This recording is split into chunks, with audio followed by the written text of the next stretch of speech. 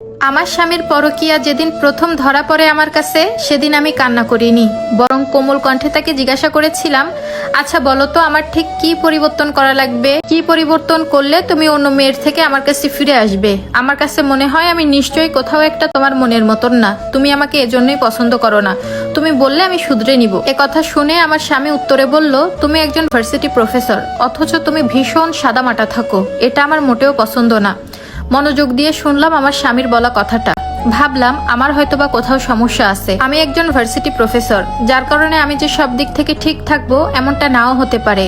আমি হয়তোবা আমার স্বামীর চোখে স্মার্ট না, কিন্তু বিশ্বাস করেন আমি যথেষ্ট স্মার্ট একজন মেয়ে। তারপরও আমি আমার হাজবেন্ডের কথা মনোযোগ দিয়ে শুনলাম। এরপর দীর্ঘ 2 মাস লাগিয়ে আমি নিজেকে এর থেকে আরো বেশি স্মার্ট করলাম। নিজের সাদামাটা খোলসটা ছাড়িয়ে এবার আমি বাইরের জগতে বেরিয়ে পড়লাম।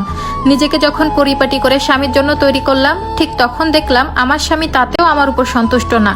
দ্বিতীয়বার আমি আবারও তাকে অন্য নারীর সাথে হাতে না হাতে একসাথে ধরলাম। সেদিনও আমি তাকে ঝগড়া না করে নরম কণ্ঠে বললাম, তুমি না আমাকে আধুনিক হতে বলেছিলা, স্মার্ট হতে বলেছিলা, আমি তো তোমার কথা মতো আধুনিক হলাম। তারপরও আমার ভিতরে কি সমস্যা বলো তুমি আবার কেন এসব করছো? তুমি যা যা বলবে আমি সবগুলো শুধরে নিব আর সেভাবেই চলবো। তারপরও তুমি এসব করা বাদ দাও, কারণ আমি শুধু তোমাকেই ভালোবাসি আর তোমাকেই চাই। তুমি শুধু একবার বলো প্লিজ, আর কি কি করা প্রয়োজন আমার, কি করলে তুমি আর অন্য মেয়ের দিক ফিরে তাকাবে না? এ কথার উত্তরে আমার স্বামী বলল, তোমার সরল সোজা এসব ধরন পাল্টাও, আমার প্রতি এত ন্যাকামি ভালোবাসা এগুলো ছাড়ো, এসব দেখলে আমার বিরক্ত লাগে। মানে হচ্ছে আমি আমার স্বামীকে প্রচুর ভালোবাসি, প্রচুর শ্রদ্ধা করি, আর এই জিনিসটাই তার কাছে খুব বিরক্ত লাগে। আমি খুব সহজে তার কথাগুলো মেনে নিলাম, স্বামীর কথাই বদলে গেলাম। তাকে আর অতিরিক্ত ভালোবাসা দেখাই না, স্বামী ভক্তও দেখাই না। যদিও আমার স্বামীকে ঠিক মনে প্রাণে ভালোবাসি, কিন্তু এটা সামনাসামনি আর প্রকাশ করি না। এভাবে চলতে থাকে কয়েক মাস। তারপর আবারও আমার স্বামীকে আমি তৃতীয়বারের মতো পরকীয়া করতে নিজের চোখে দেখি। এবারও কোনো রাগ দেখালাম না, কিন্তু একটু ভারী স্বরে বললাম, আমি তো নিজেকে বদলে ফেললাম বহু কষ্টে, কিন্তু তুমি এখনো ঠিক হলে না কেন? তুমি ঠিক যা যা বলেছিলা সবই তো করলাম, নিজেকে বদলেও ফেললাম, তাও কেন তুমি আমার কথা শুনলে না? কি দোষ ছিল আমার? তখন আমার স্বামী রেগে গিয়ে কি বলল জানেন?